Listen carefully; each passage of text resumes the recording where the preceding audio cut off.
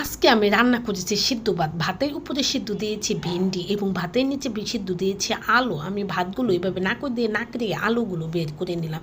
এদিকে কিন্তু আমি শুকনা মরিচ ভেজে নিয়েছি। শুকনা মরিচের চেয়ে কিন্তু কাঁচা মরিচের ভর্তাটা একটু স্বাস্থ্যসম্মত, কিন্তু খেতে কিন্তু বেশি মজা শুকনা মরিচের ভর্তাটায়। আমি এখন শুকনা মরিচগুলো এভাবে বেছে নিলাম এবং সাথে পেঁয়াজ দিয়ে আমি হাত দিয়ে ভালোভাবে চেটকিয়ে নিলাম। চেটকানোর পরে সেখানে আমি তেল দিয়ে মাখিয়ে নিলাম। এখন ওই মাখানি মশলাগুলো আমি ভেন্ডির মধ্যে দিয়ে ভেন্ডিগুলো মাখিয়ে নিলাম।